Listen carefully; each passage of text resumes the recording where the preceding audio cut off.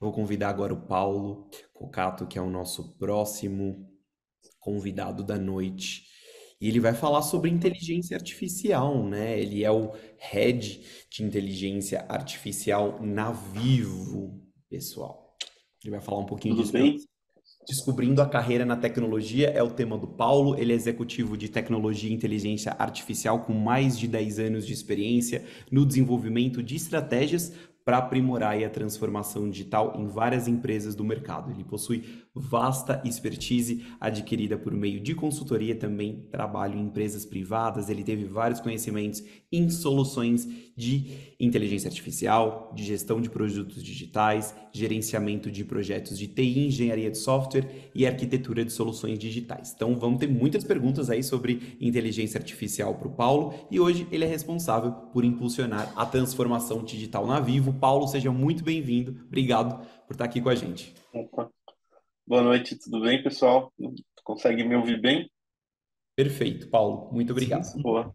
à vontade. Bom, obrigado pelo convite, obrigado por estar aqui. Acho que é uma oportunidade super bacana de poder, acho que falar primeiro, acho que da minha trajetória até chegar aqui, né? Lendo esse pequeno release aí, parece que é super importante, mas no final é para todo mundo aqui. Eu acho que é o que a gente busca no final do nosso trabalho e no nosso dia a dia.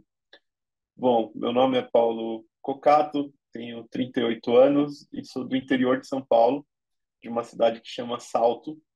Essa cidade tem um pouco mais de 100 mil habitantes, fica ali perto de Itu, Indaiatuba. Assim, se eu posso contar um pouco da minha trajetória, né, até chegar na tecnologia, eu sempre fui uma criança, um adolescente muito curioso. E eu sempre me importei como as coisas funcionavam e não só como que como que aquilo estava posicionado, vamos dizer, né? Mas como que as coisas se ligavam e fazia tudo aquilo funcionar, ou por trás do negócio, né? Então, uma das minhas primeiras aventuras em trabalho não vem de família rica nem nada, então eu sempre tive que trabalhar muito cedo. Comecei a mexer com som e luz de eventos, por exemplo. Com 11 anos eu comecei a trabalhar com isso porque eu queria entender como que as coisas se ligavam e como as coisas se conectavam para funcionar num show, por exemplo.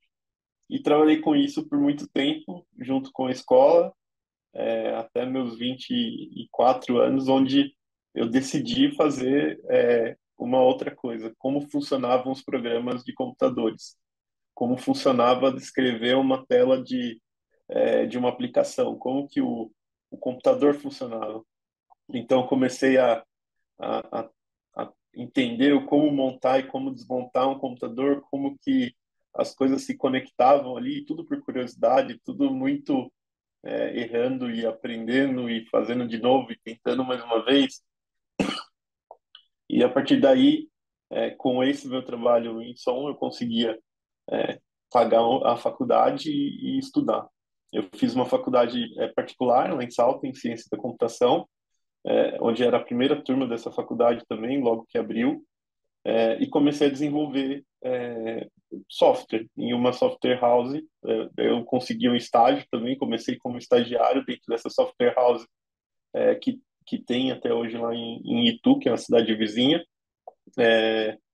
e comecei a aprender a desenvolver, como que era um ciclo de desenvolvimento de software, como que criava uma tela, como criava um banco de dados, como que as coisas se conectavam, como que eu fazia para ter um sistema de controle de estoque, por exemplo, ou uma frente de loja ou coisas do tipo.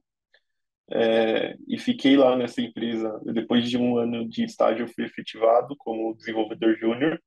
E é lógico que o ponto principal aqui, acho que a Dani até falou, é a curiosidade, é o como você vai atrás de novas informações e novos conhecimentos.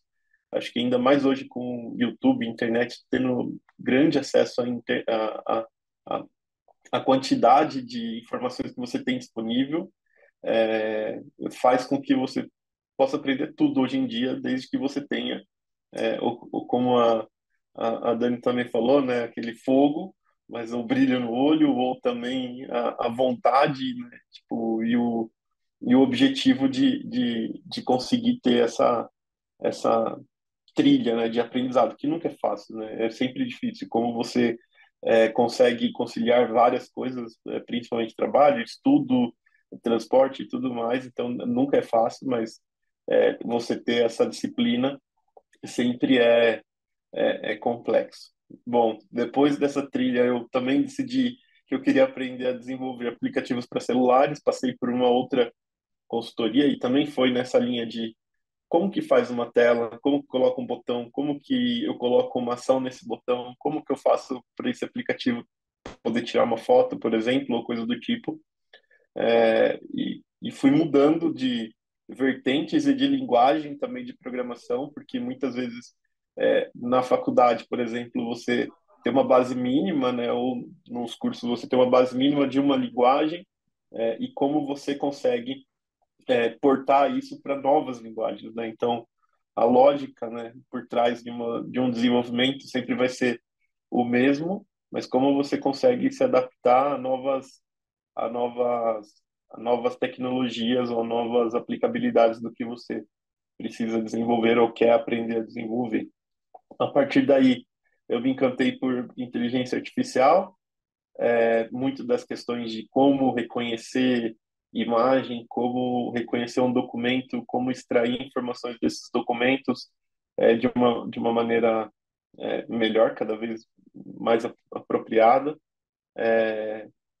Entrei na Vivo há uns 4 anos atrás, onde entrei como especialista também, não era o responsável, e sempre fui atrás desse crescimento, sempre fui atrás de aprender e de ter novas informações, né, de, tipo, de conseguir entender o que estava, tentar predizer um pouco do futuro do que está por vir tecnologia, então cloud, segurança, a própria parte de computação quântica agora, ou a própria parte de IA, sempre buscando novas frentes de atuação, novas frentes de conhecimento para não deixar nenhum tipo de informação surpreender no final, né? Então sempre busquei estar muito dentro do que estava saindo de informação.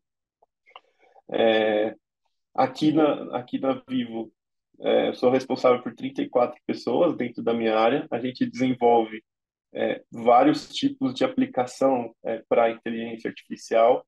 Uma delas é reconhecimento de imagens, mas tem muitas coisas que de NLP, que a gente chama, né, que é processo de linguagem natural, que é você interpretar principalmente o que as pessoas dizem para conseguir extrair algum tipo de informação, emoção, sentimento ou qualquer coisa nesse texto, que é um pouco do que a gente está vendo agora explodindo com o próprio ChatGPT, que é, né, uma forma de NLP.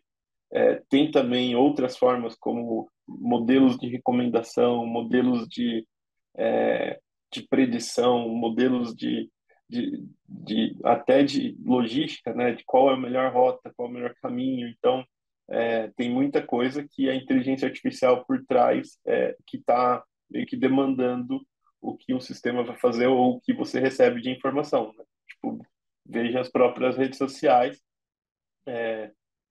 todo aquele feed que você vê, ele tem uma forma para cada uma das pessoas, porque ele tem um modelo de inteligência artificial de recomendação, seja ele a recomendação de um filme, por exemplo, no caso do Netflix, ou seja ele no caso de um próximo post de uma pessoa ou uma propaganda para você dentro dessa utilização. E quanto mais você utiliza, mais você está dando informação para esses modelos de inteligência artificial.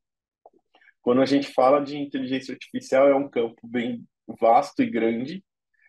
Tem muita questão. A inteligência artificial só funciona por causa dos dados no final. Então, tem muita questão de como eu capturo, trato esses dados e faço esses dados me darem respostas através desses modelos de inteligência artificial. Então, também tem questões éticas envolvidas, tem questão é, é, de como ele não vai ter vieses, por exemplo. o como que eu trato esses dados, o como eu equalizo essas informações para que os modelos sejam justos no final. É lógico que sempre tem uma evolução, sempre tem questões que não são tão simples assim, né, como eu estou colocando, mas são sempre questões que precisam ser levadas em consideração. É, bom, depois do ChatGPT ali no final do ano passado, é uma área que deu um baita boom no final, né, de um hype e, e, e acho que para todo mundo, né? Então, todo mundo fala de ChatGPT hoje muito fácil, então tá na mão de todo mundo a tecnologia, tá na mão de todo mundo a inteligência artificial, mas é lógico que toda a área de tecnologia tem várias outras vertentes, né? Não é só inteligência artificial. Aqui na área a gente tem desenvolvimento de front-end, HTML, Node, tudo isso. Tem desenvolvimento de back-end, tem uma parte de ciências de dados, como eu comentei, porque dado é o nosso principal combustível ali para os modelos de inteligência artificial e ter uma parte de cientista de dados e tudo isso. Então, são várias disciplinas e às vezes é legal entrar por alguma, né? Tipo, pô, eu vou desenvolver front-end e talvez migrando para as outras frentes. É sempre uma forma de começo de carreira, ou back-end, etc. Não sei se tem perguntas, eu acho que é até legal para ter um espaço aí, Jorge. Claro, claro, Paulo. A gente já tem algumas perguntinhas aqui que estão chegando. Mas, Paulo, eu acho que antes da gente passar para as perguntas, queria que você Claro, explicasse para os jovens um pouquinho, né? A gente tem muitas inteligências artificiais, mas agora o que está na moda é a inteligência artificial preditiva, né? Então, se puder explicar um pouquinho para eles como que funciona o ChatGPT, né? Essa varredura que ele faz claro. na internet, o algoritmo, né? Que são o que é tokenizar. Explica um pouquinho para os jovens o que é Beleza. essa inteligência artificial que tá todo mundo usando, né? Para receita de bolo. Gente, só não pode usar para fazer os trabalhos do Pro que a gente tá de olho, hein? Conta um pouquinho pra gente, Paulo. Bom, toda vez que a gente fala de algum modelo de inteligência artificial, a gente está falando que ele usa dados de algum lugar com algum tipo de ação ou tomada de ação através de algoritmos matemáticos. Quando a gente fala do ChatGPT, por exemplo, ele usou toda a informação da internet disponível e pública, desde livros, Wikipedias, sites diversos que estavam ali disponíveis, até setembro de 2021, por exemplo, para gerar um modelo que foi desenvolvido um estudo a partir do Google em 2017, que ele faz com que todos essas palavras, vamos dizer assim, desses textos sejam transformados em alguma forma de um token. Ele dá um número no final para esse tipo de dado. Esse dado ele foi curado por muito tempo pela OpenAI, né, que é a dona do próprio ChatGPT, onde ele faz um treinamento tentando predizer a próxima palavra de uma cadeia de palavras. Então, a grande mudança, né, eu tenho uma janela de contexto, né, que é o tipo quais são as palavras anteriores que sucedem a próxima palavra que eu preciso predizer para pegar todo esse texto e falar, pô, aqui faz sentido ser um ou aqui faz sentido ser um agora, ou aqui faz sentido ser alguma coisa desse tipo. A partir daí ele foi recebendo vários treinamentos que são chamados de fine tunings, né, dentro desse conceito de LLM, né, que são os modelos de linguagem grandes, né, é, que ele faz com que sempre a próxima palavra seja uma melhor palavra estatisticamente falando para aquele conjunto ou para aquela cadeia de frase, né? E por isso que ele dá essa sensação de ter uma consciência ali, vamos dizer assim, né? Ou de que ele tem um total uma forma mais humana de gerar esse tipo de informação, né? E é uma quebra de paradigma também da forma como a gente fazia muitas coisas, né? Então, se você pensar na própria experiência do Google, a gente vai muito mais numa linha de perguntas simples e rápidas, como, por exemplo, me dê alguma coisa sobre um livro X ou o que é tal coisa, para a gente mesmo fazer a curadoria dos links que ele sugere. E hoje, nessa forma do próprio ChatGPT, a gente está sendo explorado muito mais uma forma de dar uma instrução para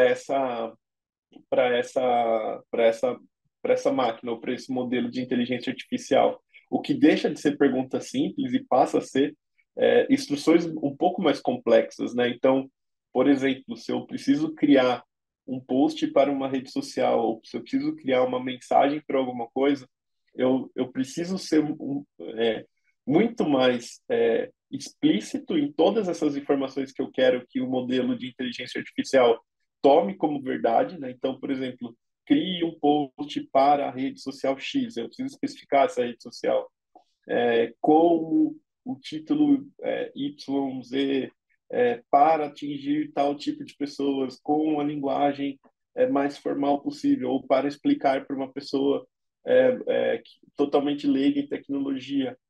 E a partir daí eu começo a ter uma conversa de verdade com esse modelo para gerar esse conteúdo de uma maneira mais fidedigna ou do que eu quero no final, ao invés de perguntar simplesmente uma coisa muito rápida, né? Tipo, muito curta ali, sem um contexto. Ótimo, Paulo. Acho que é muito legal. E o que é bacana que o Paulo falou, pessoal, que quanto mais informação vocês colocarem no chat GPT, melhor vai vir a resposta. Então, quero uma linguagem formal, uma linguagem informal, quero um texto curto, eu quero em bullet point, e ele vai trazer para você a melhor resposta, né? Eu quero fazer uma receita vegetariana com banana e aveia. Então, ele vai trazer Isso, a resposta para você. Então é bem legal, pessoal.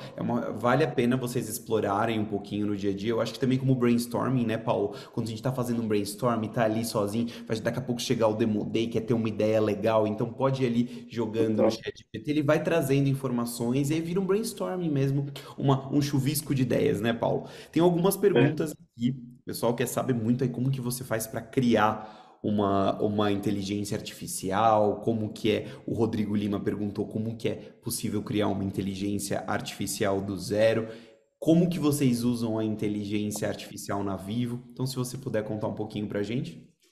claro. Bom, tudo começa a partir de hipóteses e insights do próprio dado. Então, sempre eu tenho um objetivo, por exemplo, aumentar a minha venda de alguma coisa, por exemplo, é um objetivo.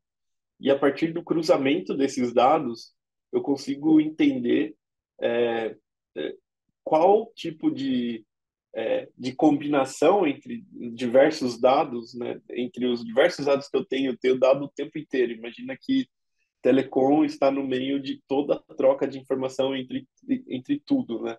Então, todas essas informações estão disponíveis de certa forma. É lógico que respeitando toda a questão de LGPD, respeitando todas as questões de garantia das privacidades, mas eu consigo, de certa forma, agrupar em públicos ou clusters, que a gente chama, né, de informação que são parecidas e que tem uma combinação que talvez a pessoa A desse cluster tenha o tal produto que faça sentido eu recomendar para a pessoa B também. Então, a partir desses dados combinatórios, né, dessa entrada de informação, eu consigo utilizar algoritmos, e daí algoritmos aqui tem diversas é, tem uma infinidade de algoritmos de inteligência artificial. A partir desse conjunto de dados, eu treino esses algoritmos, então eu tento colocar o mais diversificado, e daí cada tipo de algoritmo tem um intuito no final, um objetivo final. Então, eu tenho algoritmos para predição, eu tenho algoritmos para recomendação, eu tenho algoritmos. é, então, a partir daí, eu testo vários desses tipos de algoritmos com vários parâmetros diferentes e tento chegar nesse mesmo objetivo, né? Então, eu tenho categorias de inteligência artificial diferentes, que são as supervisionadas e não supervisionadas. Então, a partir daí eu tenho os dois conceitos, né? Quando eu falo de uma inteligência artificial supervisionada, eu tenho o final, né? O resultado que eu espero daquela combinação. Então, eu falo para o modelo que, a partir dessas entradas de informação, o meu resultado tem que ser esse. E a partir daí eu treino com uma grande quantidade desses dados, desses mesmos modelos de entrada e saída esperado. E quando eu começo a tirar esse dado esperado para ver se o modelo começa a me dar a mesma informação que eu teria, por exemplo, nesse dado que eu já sei. Então, eu sei que, por exemplo, dar um exemplo qualquer aqui, né? Eu sei que, tipo, eu tô, quando a pessoa X liga de uma tal região num dia de chuva, eu sei que pode ter um problema de conectividade dessa pessoa. Então, todas essas variáveis, como um dia de chuva, tal pessoa, tal região, tudo isso é um movimento que me dá uma informação de problema na rede, por exemplo. Então, eu começo a colocar todas essas informações e, ó, se for essa combinação de dados, vai ter problema na rede. Essa combinação de dados vai ter problema na rede. E a partir daí eu pego uma outra parte sem esse problema na rede, por exemplo, e começo a testar essa hipótese para que ele prediza, tipo, deu a predição se tem problema na rede ou se não tem, por exemplo. Então, esse é um modelo supervisionado. E o modelo não supervisionado a partir de um conjunto de dados gigante, ele mesmo começa a tomar ou começa a linkar as informações para dar informações. Então, o próprio GPT, por exemplo, depois que ele é treinado, depois que ele é feito fine tuning, ele vira um modelo não supervisionado que pega todo esse tipo de informação e nos passa através de um algoritmo de machine learning, de deep learning.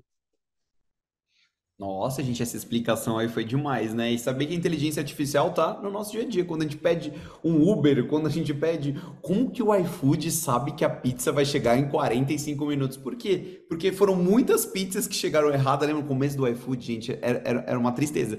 Tudo chegava atrasado, não dava certo. O algoritmo tava aprendendo ainda. O tempo que Sim, aquela pizzaria, o tempo que ia demorar para fazer a pizza, o tempo para o entregador chegar, o tempo para chegar à sua casa. Então, eles cruzam todas as bases de dados, e o melhor amigo do Paulo são os dados, né? Os dados que criam, ajudam a criar um algoritmo cada vez melhor, cada vez mais acurado. Lembrando que os algoritmos, eles também erram, né? Então, a gente precisa sempre lembrar disso, né? Então, que a gente vai cada vez mais ele vai fazendo a mesma coisa até que ele chegue à perfeição. E aí tem uma pergunta muito legal aqui, Paulo, que dois jovens fizeram e eu vou unir essa pergunta aqui para você. A Isabelle, lá de Pernambuco, e o Alan, que eu não sei se ele é de Pernambuco ou de São Paulo, estão perguntando assim: Paulo, falando em inteligência artificial, como que você vê a inteligência artificial futuramente, né? Porque em todo lugar as pessoas ficam falando: nossa, a inteligência artificial vai dominar o mundo, vai acabar com os empregos. Será que é possível uma inteligência artificial que apague toda a internet? Aí outra pessoa perguntou,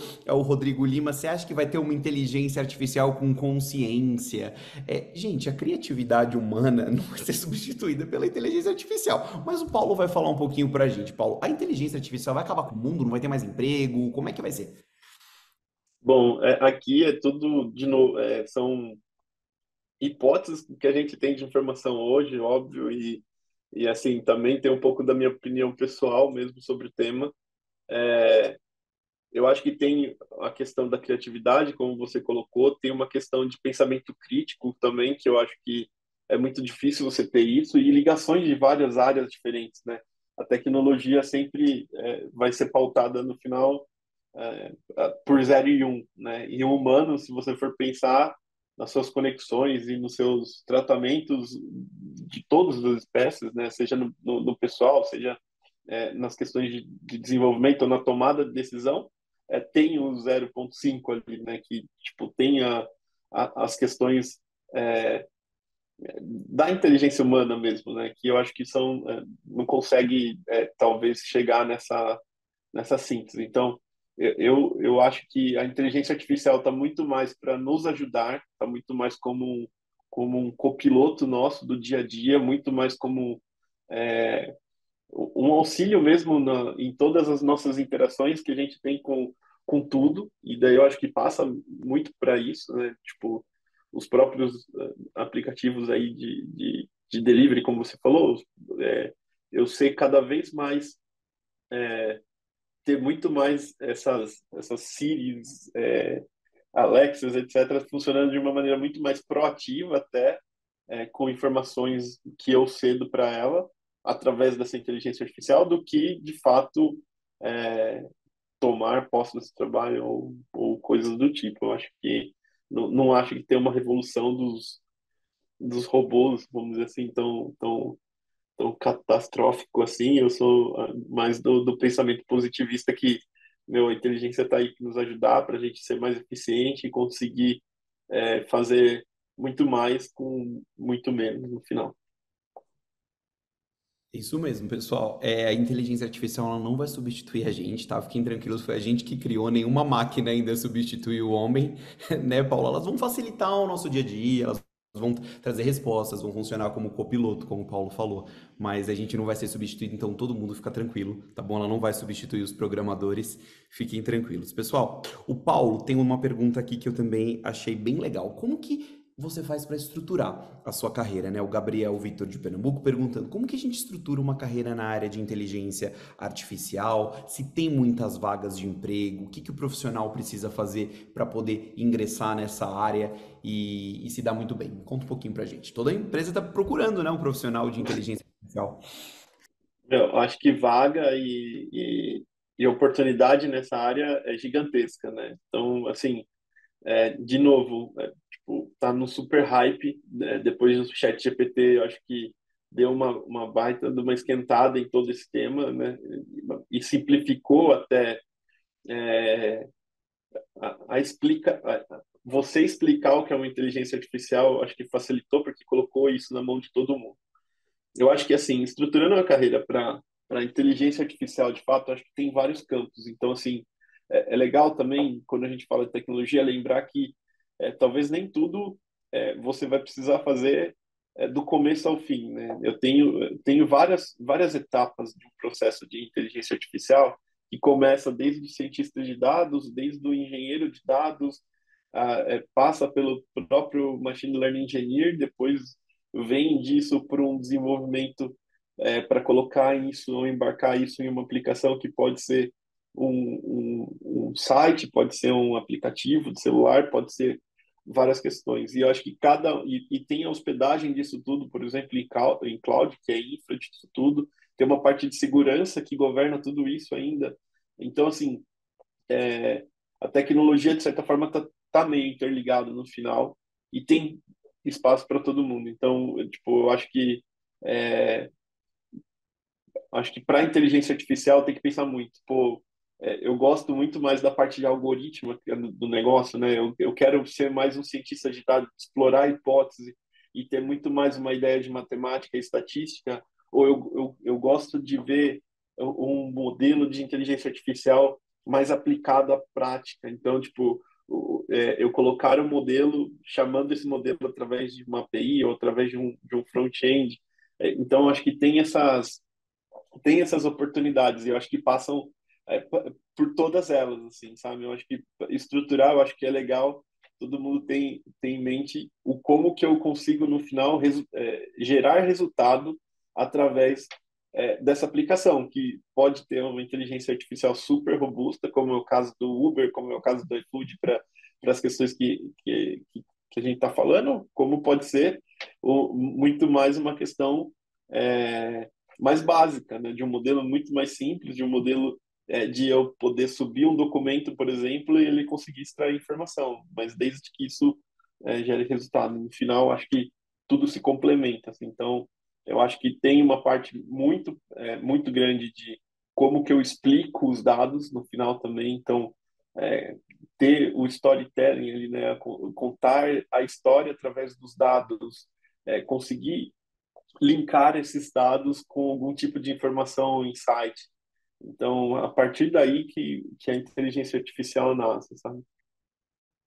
É isso mesmo, Paulo. A importância, gente, da gente conseguir linkar os dados com a inteligência humana, porque os dois juntos é que vão conseguir trazer cada vez mais uma inteligência artificial com mais acurácia, né? Como o Paulo falou. Paulo, outra perguntinha aqui. O Davi quer saber quais são as tecnologias e frameworks mais recomendados, né, mais utilizados para o desenvolvimento da inteligência artificial, e se existem alguns recursos ou modelos pré-treinados em português disponíveis para desenvolvimento de projeto, né? Vamos pensar num projeto simples como, sei lá, um bot. O que que tem aí já disponível no mercado? Quais são as tecnologias e frameworks mais utilizados? Bom, a principal linguagem de programação, pelo menos a gente utiliza aqui na parte de inteligência artificial, é Python. Então, é uma linguagem que não que tem muito conteúdo na internet, tem muito framework, tem muita biblioteca para poder ser utilizada. Então, vale a pena dar uma olhada. Quando a gente fala de modelos em português, é lógico que é sempre um desafio, porque todos esses modelos acabam saindo primeiro em inglês, saindo primeiro em espanhol até chegar aqui, mas hoje a gente já tem muitos modelos, principalmente voltados para essa visão mais do chat GPT, como lançado pela própria Meta, né, numa forma de open source, que chama Llama 2. Ele tem uma boa assertividade em português, então ele é mais aberto, mas tem muita os próprios hyperscalers aí, né, Microsoft, Google, tem muita coisa já meio embarcada ou pré-buildada, vamos dizer assim, pré-feita para português para ser aplicada nesses projetos, tá? Então acho que vale essas questões de olhar essas tecnologias, né? Tem o próprio LUIS ou CLU, que é da Microsoft, por exemplo, que é um modelo de classificação linguista que tem treinamento em português, por exemplo. Então, o próprio Google tem também modelos em português, porque sempre quando a gente fala de modelo de inteligência artificial, no final a gente está falando também de processamento, né? Então, tem uma grande questão de infraestrutura que é o como eu rodo esses modelos no num tempo bom para estar dentro de uma aplicação. Então, é, tipo, talvez utilizar esses mecanismos de provedores de cloud, por exemplo, acaba facilitando nessa questão de infraestrutura, né? De você ter acesso a grande poder computacional quando você precisa de muitos dados, como é a questão do próprio GPT, por exemplo. Muito legal, Paulo. Vou para a última perguntinha aqui, que daqui a pouquinho a gente vai chamar a Adriana Kira. Paulo, me conta que o pessoal quer saber o que que você acha mais fascinante na inteligência artificial e também o que as mudanças a inteligência artificial traz para a sociedade. O que que você acha que é o impacto da inteligência artificial no nosso dia a dia? Bom, o que eu acho mais fascinante é o poder dele te gerar ação, e eu acho que solucionar problemas de uma maneira é, muito diferente no final, né? Porque no final, com pouca informação que você passa para ele, assim, depois dele treinado, óbvio, né? Ele te dá algumas ações e o tipo de visão que você tem, o tipo de solução que você tem mais personalizada, muito mais contextualizada com aquele momento. Meu, isso eu acho que é super bacana da inteligência artificial. Quando a gente fala do que eu vejo para a sociedade, eu acho que traz, primeiro, uma discussão muito das questões dos vieses, né? O próprio GPT foi treinado com muitos dados é, da internet. A internet a gente sabe que tem vieses, então o como a gente como sociedade vai adotar essa tecnologia ou vai garantir que a gente faça esses treinamentos ou refinamentos mesmo da resposta que ele tem para tirar os vieses do que ele foi no final treinado. E eu acho que um outro ponto é a tecnologia e tudo que a gente tem aí pode ser usada para o bem e para o mal. Então, a gente, como sociedade, qual valor a gente vai dar de fato para esse tipo de tecnologia como sociedade, né? Tipo, a gente pode pegar um próprio carro e se você for dirigir alcoolizado, ele está sendo usado para o mal, mas se ele for utilizado para você se locomover de uma maneira segura, de um respeito às leis de trânsito, ele está sendo usado para o bem. Então, qual é o destino que a gente vai dar para essa inteligência artificial? Até que momento a gente vai permitir que ela tome ações de maneira autônoma, por exemplo, ou até que momento a gente vai estar no meio ou vai ser crítico com as ações que ela tomar no final, nessa evolução que a gente está vendo da IA generativa, por exemplo. Então, acho que vai caber a gente, como sociedade, discutir todas essas questões para colocar esses pesos e esses valores para a tecnologia. Gente, que aula, hein? Foi muito bacana. Obrigado, Paulo. Foi muito legal. A gente aprendeu muita coisa hoje. Paulo, uma última perguntinha aqui que eu achei legal. Tá? Qual que é a sua queridinha da vez? Qual que é a sua ferramenta aí, queridinha da vez de inteligência artificial? Tirando o ChatGPT, né? Todo mundo Eu conhece. acho que o Midjourney, que é um modelo de geração de imagens, né, a partir de um prompt, né, que é esse pedido ou instruções que a gente passa para o modelo, eu acho que ele é um que mais evoluiu, tanto, tipo, que mais evoluiu em tão pouco tempo, então acho que ele está gerando coisas muito bacanas, tá uma evolução legal. Tem um outro modelo que é o Whisper, que é um modelo de ele traduz voz para texto. Então, a partir do que eu estou falando, ele usa a inteligência artificial e vai traduzindo isso para texto. E ele é um modelo aberto também, que foi desenvolvido pela OpenAI também, é, e ele tem uma assertividade incrível em português. Então, é um modelo também que eu acho bem legal. Paulo, muitíssimo obrigado. Foi incrível. Todo mundo gostou muito também. Foi muito legal tudo que você contou pra gente sobre inteligência artificial. Gente, é um mundo, é um universo, né? Quanto mais vocês procurarem, mais coisas vocês vão descobrir. É muito bacana entender como usar o chat GPT no dia a dia de vocês, o que que ele funciona bem, o que que ele não funciona tão bem. Ah, funciona bem para encontrar ali, ajudar a fazer um brainstorming, não funciona tão bem para operações de matemática, mas é o dia a dia mesmo que vai fazer vocês conseguirem operacionalizar as ferramentas da melhor forma. Agora também o Photoshop, né, tem inteligência artificial, Sim, então você começa a criar uma imagem e ele vai dando lá sugestões de fundo, sugestões de complemento daquela imagem. Foi muito, muito legal, Paulo. Obrigado, viu, pelo seu tempo. obrigado. Foi E muito bom assim, ter. obrigado a vocês e estou disponível para qualquer mensagem. Tem aí meu LinkedIn que já mandaram aí. Fiquem à vontade de mandar qualquer dúvida.